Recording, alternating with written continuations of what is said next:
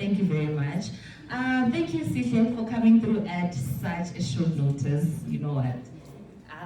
So we really, really appreciate your time being here and definitely excited. And I think that our conversation, definitely a lot of people, will benefit from it. So to start off, I would just like us to really the first question, you can't get away.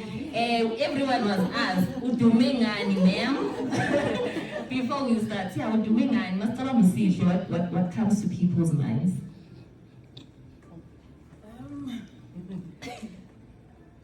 I think it's probably that I just always choose violence for the right reasons. I cause good trouble. Okay. I think that's my thing. That's you. All right. So you're the lady that asks questions. We'll start off part of the conversation delving into your book. So it's the book that we have there in the back. And I think just to give everyone an idea of what it is about, I just wanted to find out, it's called Nah, Keep Your Strength. Like, what inspired the title? Like, what goes behind the title? It was probably consciously a few years ago, Women's Month. And I was scrolling through social media, and of course you see involved, and I was like,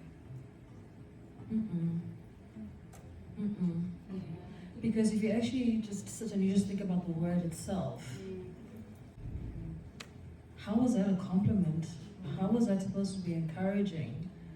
But also, what is it telling people about who you are? And so I began actively being vocal about rejecting this title about being immode. I am not a rock. I am very fragile. I will break. I will cry. I am soft. I am not here to endure people's hardship because they have not dealt with themselves. Wow. So, my journey and it was before this book was even an idea. I wrote my first book in 2018, and that was after having a horrible experience within corporate South Africa, where I had been reporting into a line manager who was a white woman who was very abusive to me, and when I stood up to her, she launched an entire campaign against me within the organization, basically trying to get me constructively dismissed. Unfortunately for her, I know my job. So she was never able to find anything or use anything against me that would actually get me fired. But this was a fight that went on for a year. And it was a fight within which she had institutional support. So no help from HR, no help from her line manager, no help from senior executives, no help from the board, until eventually I left the organization with no job, with no plan, nothing, other than I need to save my life because it was starting to make me physically ill. And my decision to write that first book was based on the fact that I know that there are so many of us who share similar experiences, but we're too afraid to speak about it because we're worried about job security, you're worried about being hauled in front of a disciplinary committee, you're worried about being sidelined in the organization because how dare you? You should be grateful that you have this job. Do you know how many people are dying to be in your position? You black person, you. And so I was in a position where I was like, well, I'm not working, I don't have anything to be afraid of, so let me write the book and tell our story. And I used my experiences to tell the story. And I am very much a fan and an advocate for receipts. So my book had all of the emails, all of the recordings that I had transcribed, every single conversation to prove that this is a real thing, that I'm not imagining it, and nobody can ever dispute my experiences within that organization. And I thought that would be the only book that I write. But I have a very curious mind, and I'm always very curious about why people behave the way that they do. Why do they make the decisions that they make? Why do they interact with each other the way that they do? Why do we perceive ourselves in the ways that we do? What influences us? What influences the decisions that we make about how we dress, where we go, who we're friends with, who do we aspire to be like, who do we date or marry, do we date or marry? And as I thought more and more about that, I started thinking about my own life and thinking about what are the things that have influenced the woman that I am, that I have been, and is that congruent with the woman that I actually want to become? And if it's not congruent with the woman that I want to become, what is the issue? What is the blockage? What is preventing me from being that woman? And it really went back to societal expectations that are put upon us, what the world wants you to do, what your parents want you to do, what your family traditions are, what you were taught growing up, etc., etc. And so I decided that I wanted to write a book that would not only help me process and understand the impact of generational trends and generational trauma on various generations, but also that would help you as a reader to be able to start, I guess, to have a map to be able to break down your own generational trends in your families and figure it out for yourself. What does it look like? What has happened? How has it influenced you? How is it impacting on you? So my story here starts with my grandmother. And I really look at how she grew up. And look at the fact that, you know, she was raised by a stay-at-home mom who had, you know, little side businesses. Her father was the first black bishop in the Anglican Church, and she was a teen mom. So already that picture within that context, back in those days, you can imagine what was happening, you know.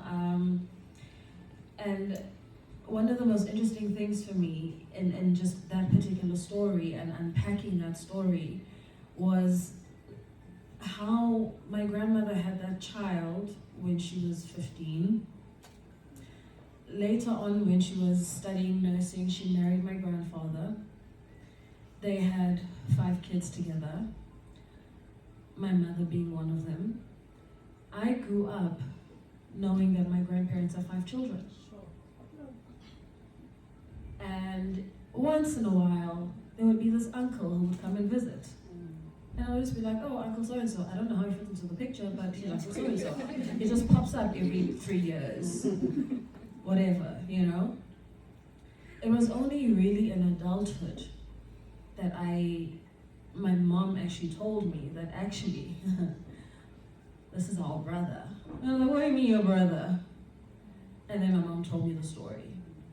And so, unpacking the shame that came with my grandmother being a teen mother and how that was handled by her family, and particularly by her parents, how she was treated by the community, how she was treated by the church, and how that influenced the way in which she saw the world and the way in which she responded to various triggers that occurred in the world, right? So here she is, a teen mother, hide it, sweep it under the rug.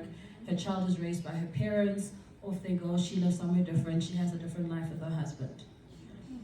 What happens? My mother has me at 19. Same thing. How could you? This is shameful. Now you've got to drop out of school, you've got to go and get a job because you need to support your child. When you can make enough money, you can then go back to school, etc., etc., but this is a shameful thing. And what happens when you have a child when you're young is now you work overtime because you have to prove yourself. Yeah. I can do this. I'm going to prove them wrong. Everybody thinks I'm a failure.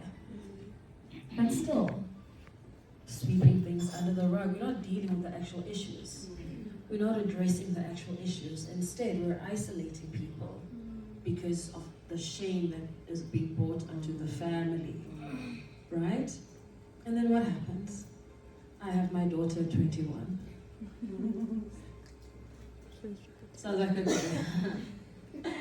I I don't know, but I'm kind of picking up a cycle here. Just wild guess. And so for me, it was important to understand, because it's the women predominantly within Black communities who are the ones who bear the brunt of these societal and generational traumas that exist. We're the ones that get sidelined. Men carry on with life. Nobody, if you bump into a man who's got a child at a party, nobody says to him, how are you here? Or where's your child? Yeah. But what happens to you? How open done? I know.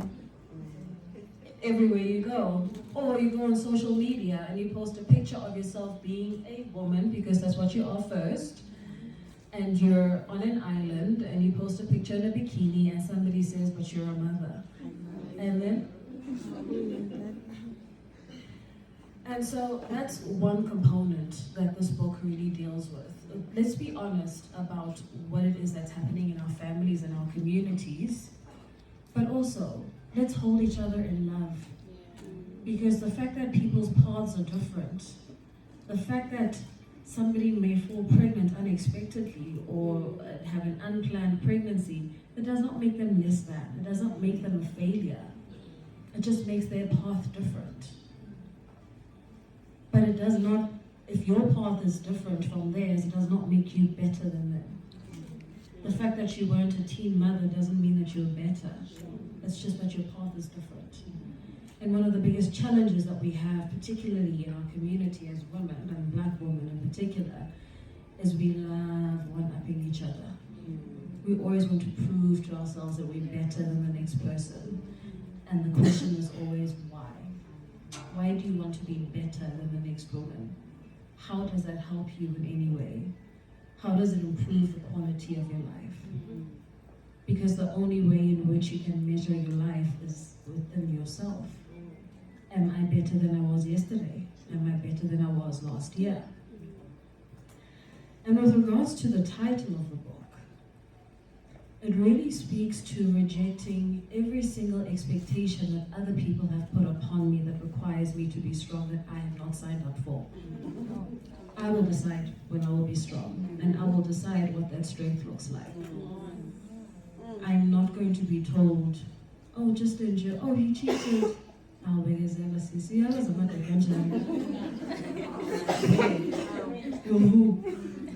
No, you know?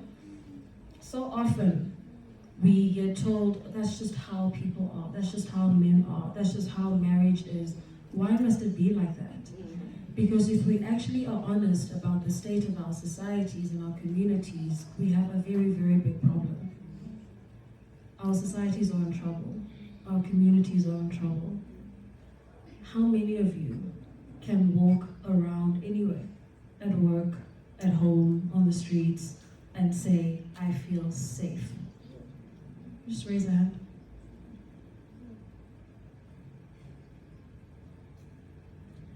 How many of you can walk into a room, like today, walk into a room of complete strangers and say, I know that I am in a safe space and I will be welcomed with love and with warmth and with grace?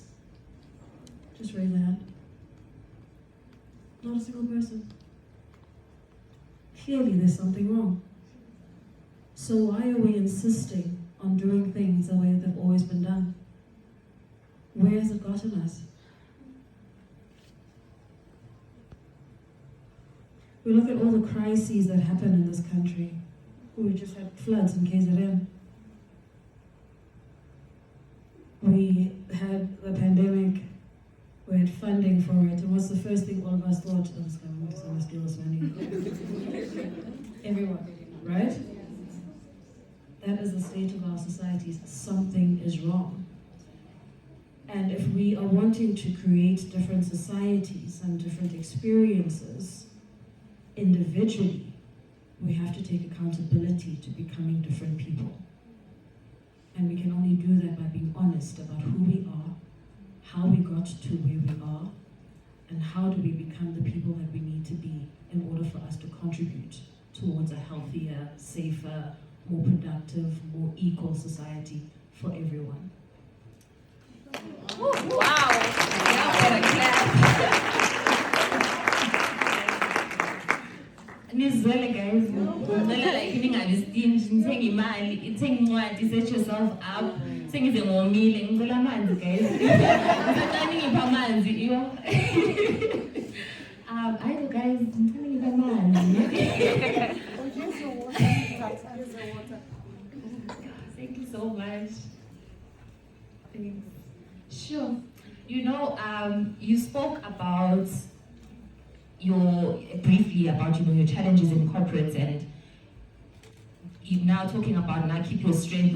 There's so many things that we are expected to endure, like they've become a norm. As a black person, you have to be grateful you have a job, because so many people don't have jobs, So I want to ask you, and you shared a bit about how you spoke up for yourself, I want to ask you, for somebody here who feels, they're experiencing some of those challenges, and maybe they're scared, to speak up of being victimized and things like that. What advice would you say to them? How can they go about, overcoming or even dealing with those challenges? I think it's very important to remember that at any point, if you stand up for something, if you stand up for justice, if you stand up for what's right, you're going to be met with resistance. Going to happen, guaranteed. Right? So even if you are in an environment where you are being mistreated at work, or you're experiencing some injustices of any kind, but you have a group of friends and you all gather together in the kitchenette and you go, hey, Mariah Zabanto, one day we're actually going to speak up, and you agree because it's bad. Oh, they're so racist. Oh, they're so abusive. This is wrong. We're going to fight back. Yeah. So like HR, and you go and you hype each other up there in the kitchenette, and then when it's time to speak, there you are by yourself.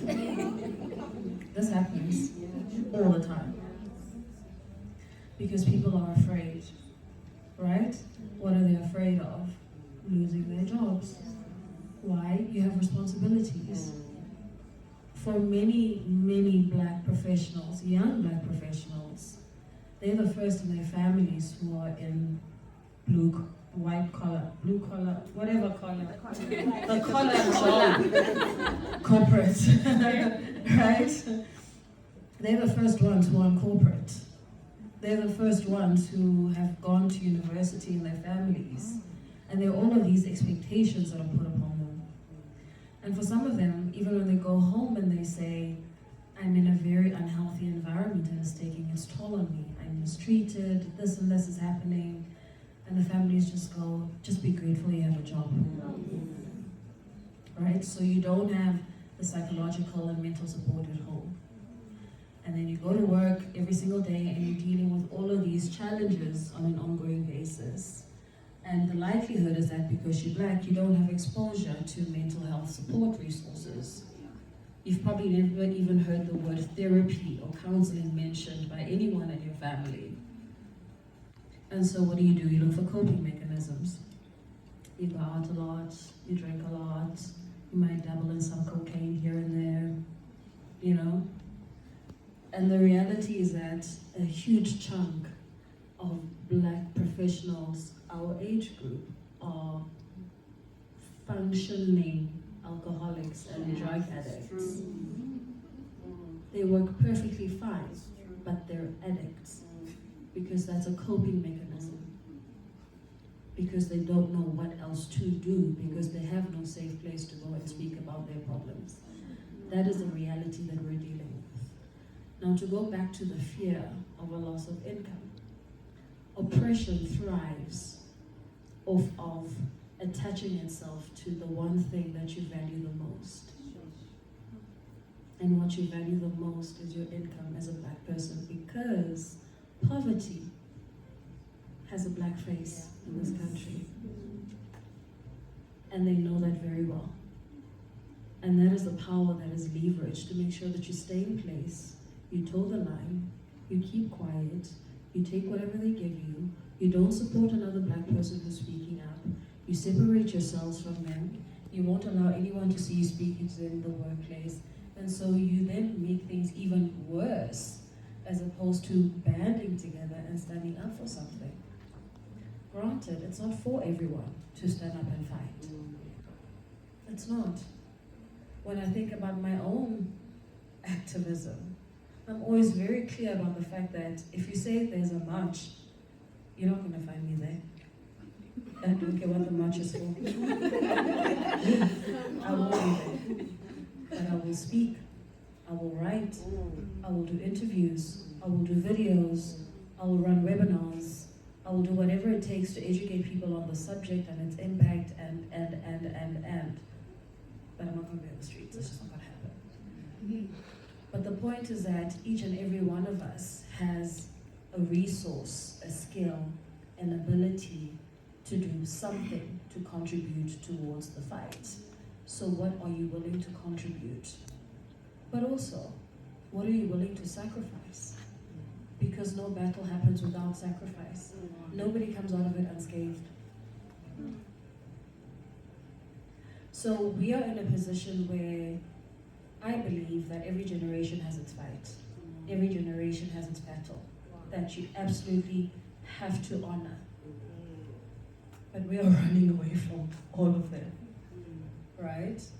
Because we are uncomfortable, we are dealing with inequality, but we're also not willing to do anything about it. So what is the solution? What is supposed to happen? So often I get people I get invited to speak at corporates and speak about, all of these issues around bullying and racism and women's issues and whatnot. And I often get people who come to me at the end and say, oh, thank you so much for saying all of that. You really were our voice. I'm like, me, I'm leaving. And tomorrow, you're still here. What are you going to do? What are you going to do? At best, you'll get me to speak on your behalf once a year. What are you going to do after that? And that's where the conversation about courage comes in. Courage is not comfortable. Sure. That's why it's called courage. Because courage is about having the ability and the capacity to act in spite of fear.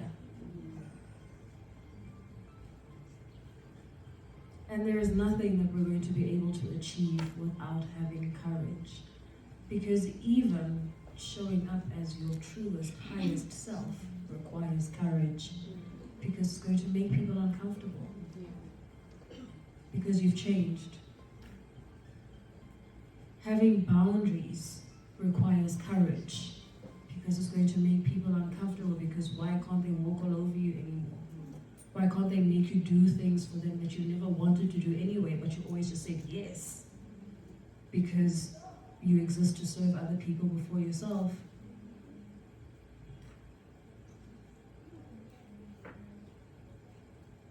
So at which point do you then decide, I am choosing myself, and this is what that looks like for me? Because yes, you can fight in an organization, you can follow whatever the policy dictates. You're having an issue with your boss, you try to have a conversation with your boss to resolve it. If that doesn't work, you take it a step up to HR. If that intervention doesn't work, you might go to a grievance. If that doesn't work, you might end up at CCMA. And so on and so forth. Sometimes it works out, sometimes it doesn't. But also sometimes you need to ask yourself, is this even the right environment for me? Because sometimes it isn't the right environment for you. And you have no business being there. Leanna referenced earlier about life pushing you into what you're supposed to be or what you're supposed to do. And that happens when you're in a corporate space as well. Because I know for sure, if I hadn't gone through my experience, I wouldn't be doing this work. But that experience forced me to birth something completely different that I never imagined. And what it birthed me has enabled me, or what it forced me to birth has enabled me to be able to be part of conversations like this, where I'm able to sit with a group of women men, whoever it is that's in that particular room, and ask the questions that we need to be asking. And we need to be real about these questions. And we need to be in spaces where these questions are actually encouraged and not stifled. And to be in a space where we don't have the answers sometimes, and let that be okay. Because what we're dealing with is very complex. Whether we're talking about workplace issues or you're talking about family issues and generational trauma and all of these things, these are very complex matters. And none of us are truly experts in it. We're just constantly learning. And that commitment to learning is definitely one of the ways in which we get closer to the answers that we seek, but that has to be supported by action. So what is it that we're honestly prepared to do? Because even if you think, take a second right now and think about, okay, let me ask, who's on social media? Just a hand? Okay, so almost everyone. I'm sure some people are hiding on social media. When you think about your social media, whether it's Instagram, Twitter, Facebook, whatever it is, the people that you follow, how do they influence the quality of your life and your aspirations? How do they feed you? What types of conversations are you part of? When you get off social media and you're connecting with your friends and you go, oh my gosh, you won't believe what I saw on social media yesterday. What is that thing that you're talking about? Because that will help you get a very clear indication of where your focus is and whether or not that focus is going to help lift you up and take you forward or keep you stagnant. And we need to be honest with ourselves about that. Not harsh, not brutal, but honest. And if we don't like the answer, what are we going to do about it?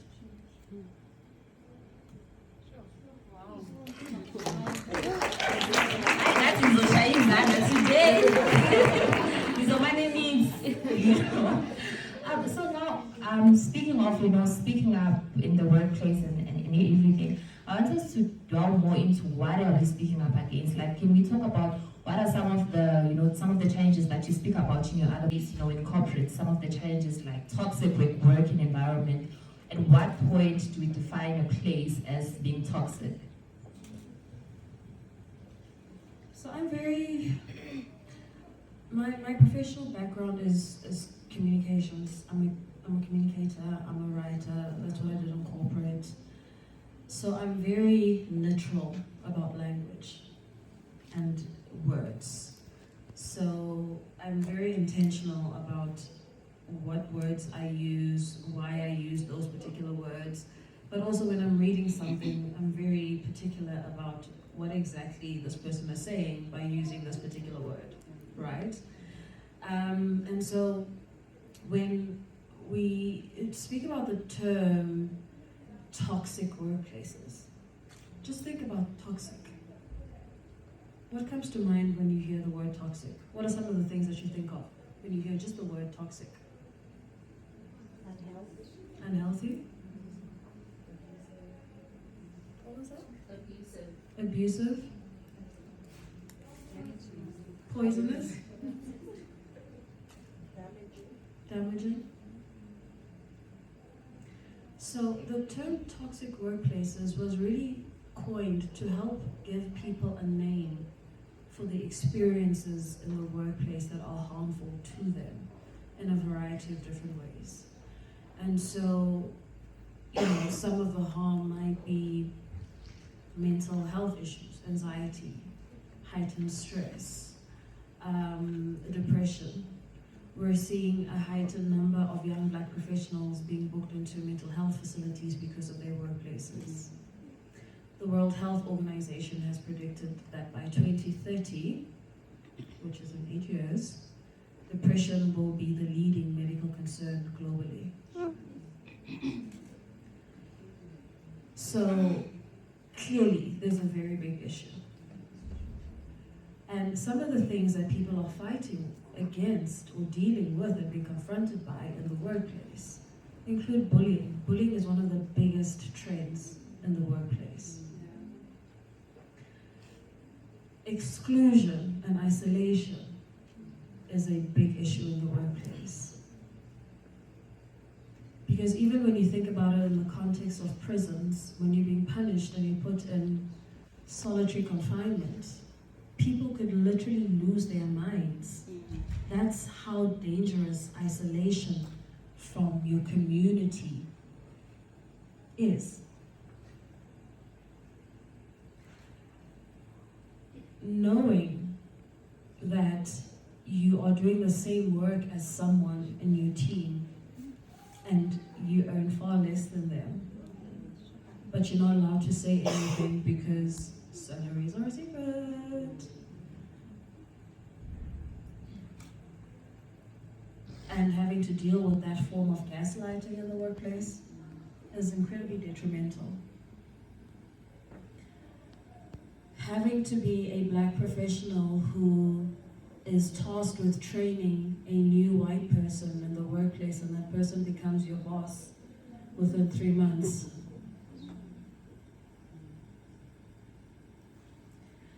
Knowing that when you ask for a day off, there's an issue, but if Brittany's cat needs to go to the vet, nobody raises any flags about anything. Oh no, shame, poor thing, hope he's okay. Having to deal with comments like if Julius Malema says something, you go to work on Monday and they go, hey, your cousin's doing it again. My cousin? Oh, your people. You people. Or having to deal with sexist jokes. Or being a woman in the team and it's automatically assumed that you're the one that's going to bring coffee to the meeting and clear the cups afterwards because you're a woman. Or if you are in a situation where you push back and you set a boundary, oh, is it that time of the month?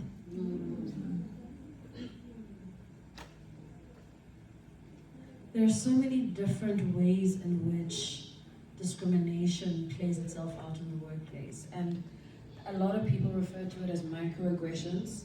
And I don't use the term microaggressions because I firmly believe in calling a thing a thing. Yeah. It's sexism, it's racism, it's bullying, whatever the case may be, call it what it is. But I think one of the biggest disservices that have been done to black professionals in the workplace is we have always been socialized to believe that all you need to do is study and do as best as you can and you get a job and you keep your head down and your work will speak for itself. Except your work doesn't speak for itself. And that's the part that nobody tells us. But the white people know. And nobody teaches us how to manage conflict. Nobody teaches us how to call things out that are harmful to us in the workplace. Nobody teaches us how to set boundaries and protect ourselves. Nobody teaches us how to build relationships that will help set us up for advancement. Nobody teaches you how to approach a mentor or what would make a mentor want to work with you. Or what do you say?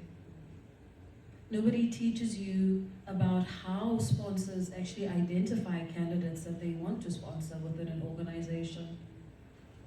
You're just told just do the work, and that's not how it works because somebody advocates for you in some room to say, actually, CK would be perfect for that role. A conversation that I would not have known was even happening. And that's how it works, but nobody tells us that.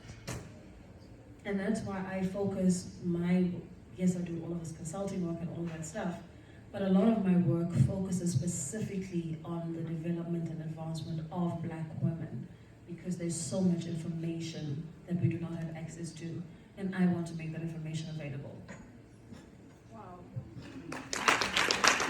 you spoke about boundaries, you know, and we've been talking about the importance of showing up at work, you know, doing what you need to do and making sure that you stand out. But also I think there should be a balance between not overextending yourself at the cost of your mental health, you know. And so I just want us to talk about how can one develop boundaries within the workplace, healthy boundaries that doesn't make you seem like you're disobedient or, you know. So I just want us to talk about that. So I think, you know, it's important to understand that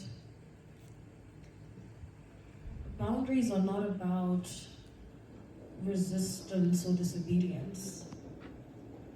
Boundaries are about saying, this is what works for me and this is what doesn't work for me. So how can we work together in the best way possible, right? It's about healthy compromise without harming yourself or the next person. So even something as seemingly small as saying, I am available for calls and emails from 8 until 4:30. Beyond that time, I'm not available. Because actually you have a life outside of work. That's the reality. Work is not your life because trust, if you drop down dead, they'll replace you next week. And if you are wanting to dedicate your life to an organization and dedicate your health to an organization, you're doing it wrong. Boundaries is also being able to say, in a situation of conflict, I would prefer that we address it in this way. Or, so-and-so, may we have a moment please? In the meeting, I said this and your response was A, B, C, D, which made me feel like this, which I do not like. In future, would you please rather blah, blah, blah, blah, blah, blah. That's a boundary as well. Or to say, when I am working and my earphones are in, that is a do not disturb zone because I need that time to focus. Please do not interrupt me during that particular time. That's a boundary. Small things that help you be most effective in your role. But also explaining that there will be other times where you don't have your earphones in and people can come and approach you. Or even being able to say, before you call me about work, outside of work, send me a text and say, can I give you a call to discuss A, B, C, D? Are you available to chat? That's a boundary.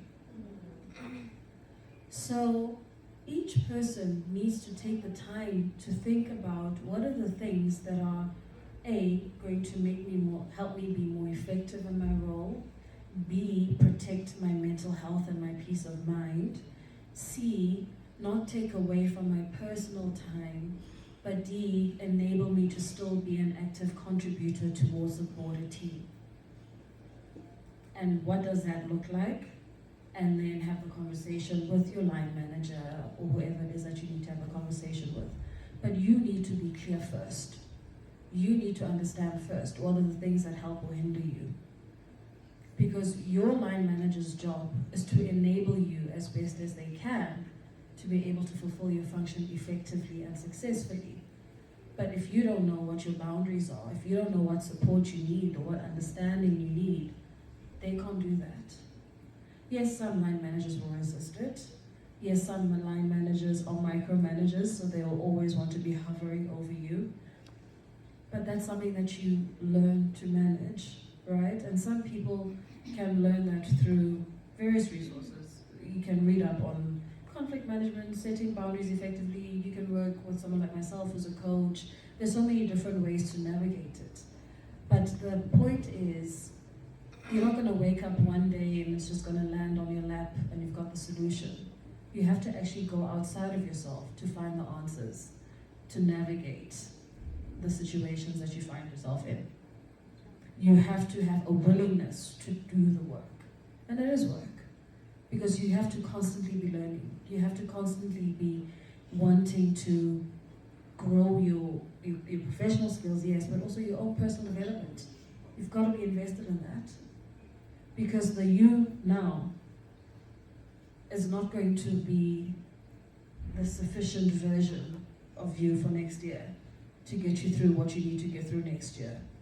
Because as we move, as we grow, as we evolve, as time moves on, it requires a different version of us.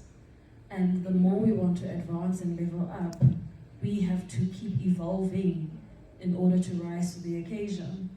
So if you are approaching work and life today the same way that you were last year, I've got news for you.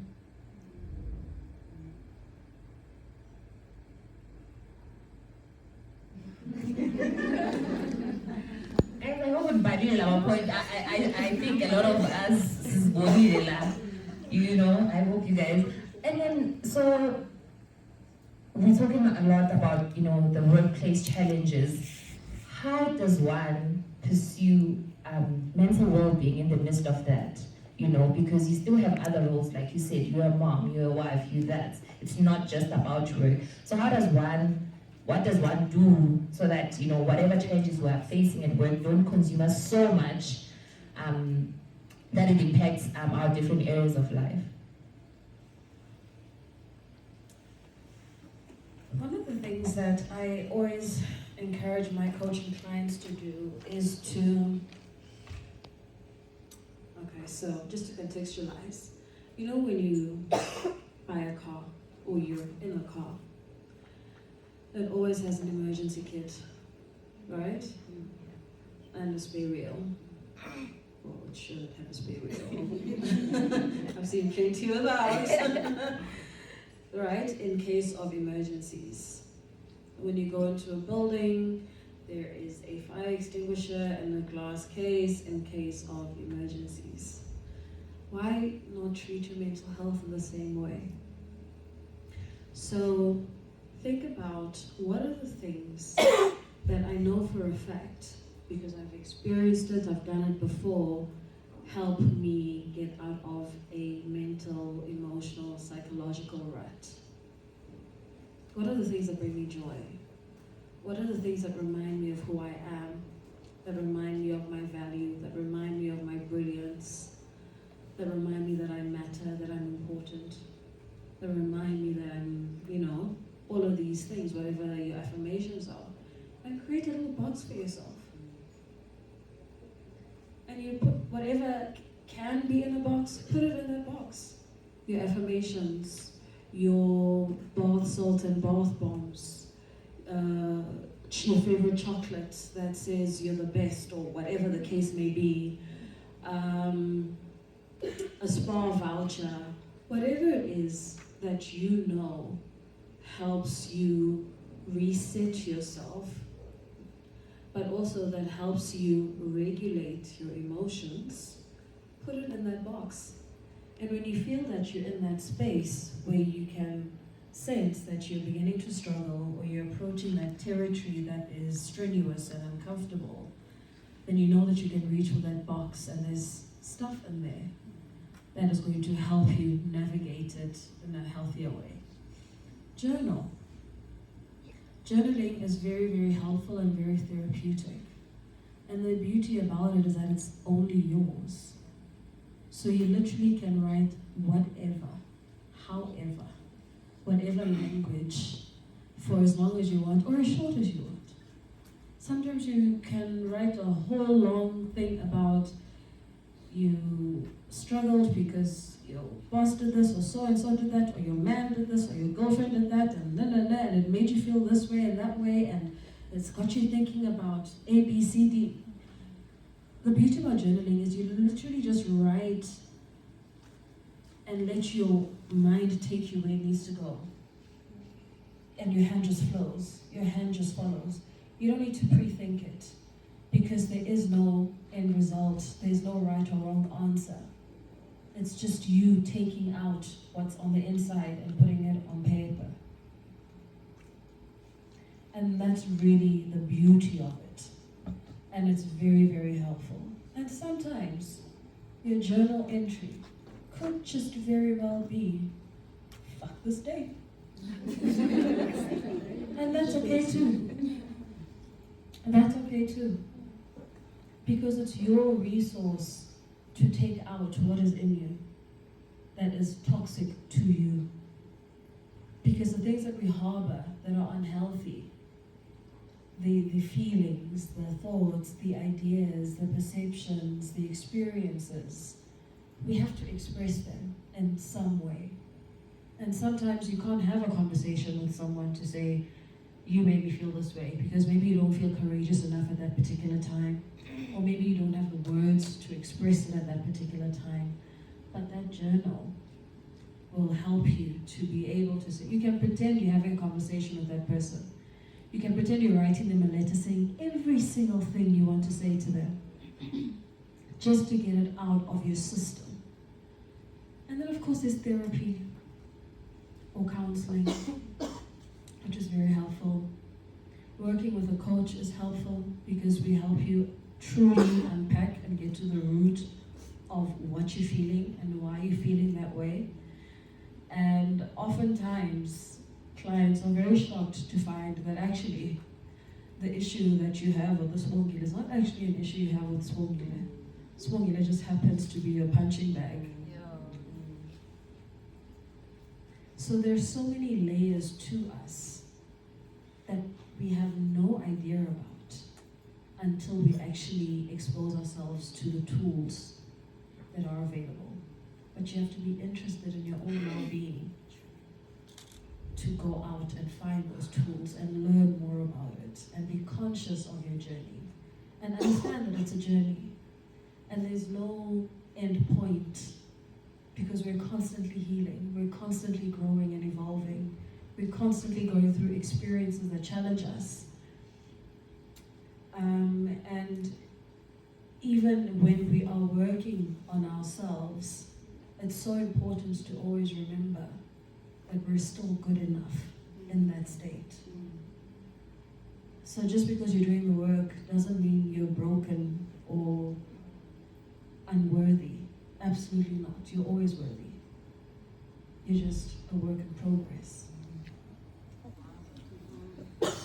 And just in closing, I'd just like you to share with us any other books, that you read, just a few that you feel were impactful in your career journey. Including your own.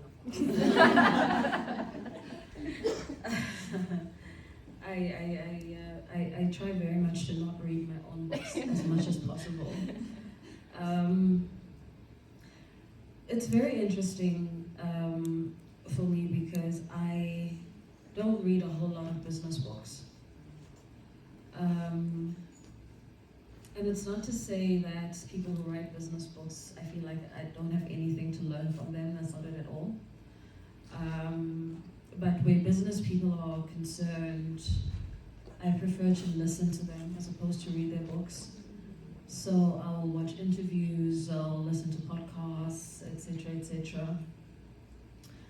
But what I do read are books that feed my spirit. I'm a Christian. I'm not religious, but I am very spiritual. And for me, I've always believed that my spirituality, my relationship with God, my faith is the start and end of all things. And in that being right, everything else will work itself out and fall into place. So if you were to look at my books, you'll find Sarah Jakes Roberts, T.D. Jakes, Sarah Jakes Roberts. I'm currently reading her latest one, Woman Evolve, which I find very interesting because it's such an important lesson for all of us, in that it's so easy to look at something from the surface and make a judgment. Like Eve, we all go, damn Eve. Why do you have to eat the damn apple, girl? Now we out here with period pains. Now we dealing with all these things. Now we dealing with men who are, hey, you know. But there's so much more to Eve than just the fact that she bit an apple. And so, you know, it's such an important lesson for all of us to say, look below the surface at the humanity of the people that we interact with and what we can learn from it. I also really enjoyed Torrey Roberts' book called Wholeness. Beautiful book that really is about tracing your journey so that you may find healing in the experiences that you've had. And he shares very practical ways in which he has applied that in his life to help him heal for himself, for his wife, for his children. Of course, Brene is always fantastic. Another person that I enjoy is Oprah when she does these collaborative books, you know, where she has quotes from different subject matter experts about life, about relationships, about consciousness. I really enjoy books that make me think, that make me ask questions, that make me reflect on myself. Because one of the things that I always am intentional about asking myself is, after someone has had an interaction with me, how do they feel? Because that is my compass. That doesn't mean I'm in a good mood every day because I'm human. It's not gonna happen all the time. But even on those bad days, I'm able to acknowledge, okay, I was shitty. I apologize for the way in which I treated you. I was having a moment, you know. So being accountable is important to myself and to others. But for the most part, what is the experience that people have after interacting with you? And the church said, Amen.